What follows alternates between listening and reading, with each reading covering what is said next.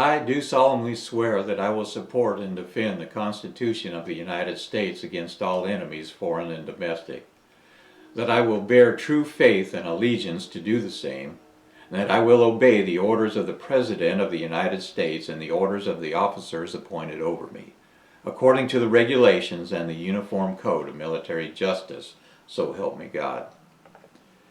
That's the oath that we take when we enter military service, whether it's the United States Army, the Marine Corps, the Navy, the Air Force, or the Coast Guard.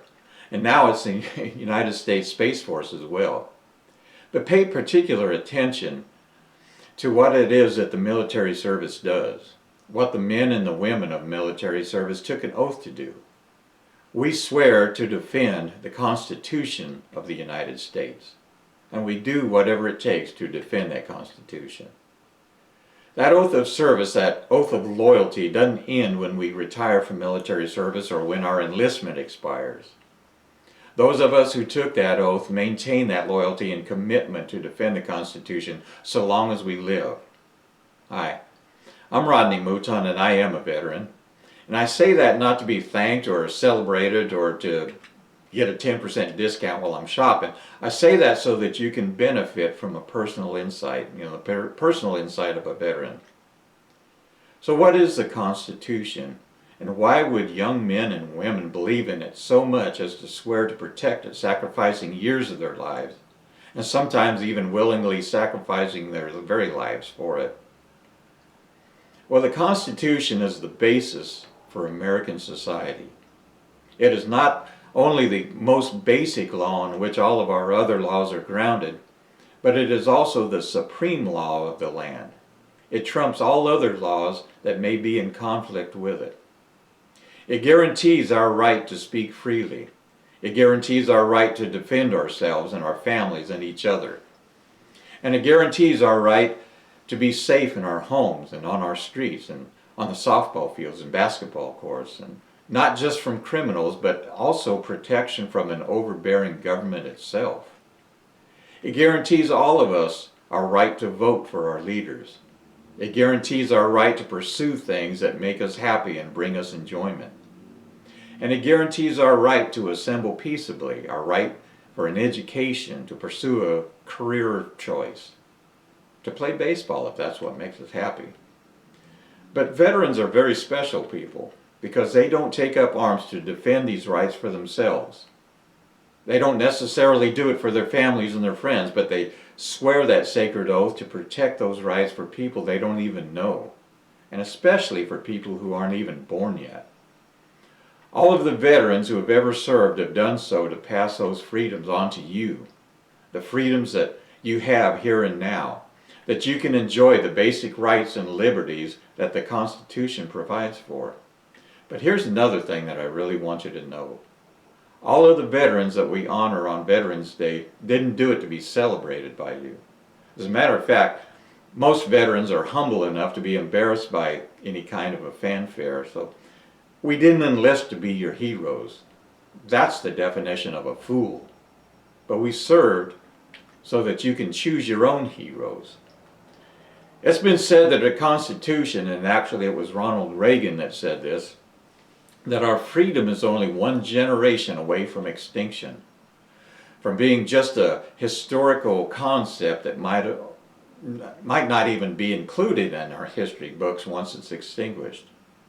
But given the controversies of our recent events, we see that the freedoms that our Constitution provides may only be guaranteed until the next election. But how long has this Constitution been around? It was actually written and signed in 1787, but it didn't become the supreme law of the land of the United States until June of 1788, when New Hampshire became the 9th of the 13 states to ratify it. It needed the approval of 2/3 of the states to make it law. That was 232 years ago.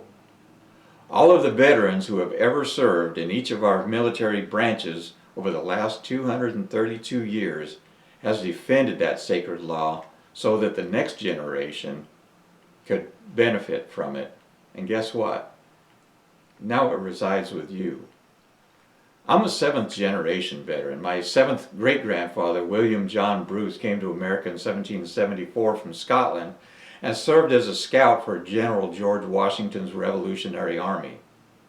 I've had veterans in every generation since then, and although I served in the Navy identifying and tracking Russian submarines during the Vietnam War, my dad served in the Navy as an officer for 20 years. And that was during the Korean War and the Vietnam War. His father, my grandfather actually, served for 26 years in both the Army and the Navy during both World Wars and was at Pearl Harbor when it was bombed by the Japanese on December 7, 1941. I've got a sister who served in the Army along with her husband, my brother-in-law, and I've had a brother who served in the Army and his son, nephew, who served in the Air Force. And I've got two great kids who served in the Air Force with their spouses. One's retired after 20 years, and I've got a daughter-in-law who is still an officer in the Air Force. But veterans didn't do it for the money. I think my grandfather told me that his first month's paycheck was $14. That's not much for signing on to risk your life in World War I. He didn't do it for the money. When I enlisted in 1971, my first paycheck was $127. I didn't do it for the money, but for that higher calling, that privilege of handing over to you your freedom and entrusting you the safety and security of the United States Constitution, that you will find it in yourselves to protect it from all enemies, foreign and domestic. If you don't protect it and the Constitution is fundamentally changed, then all of our veterans' sacrifices since the beginning of our country will have been for nothing. All of our wars, all of the lives lost would be for nothing. They will have served you and died for nothing unless we do whatever we can to keep that flame of liberty lit.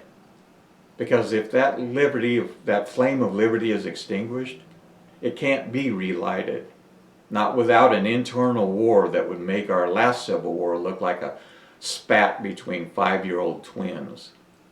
Probably a fourth of our population would die, and again, for nothing. I'll probably embarrass all of the veterans to say this, but they've all been through worse. But no matter who you are and where you are, please thank God for them. And if you would, show them their due respect on this day. Thank you for listening, and may God bless and keep America for our next generations through you. The future of this country rests in your hands.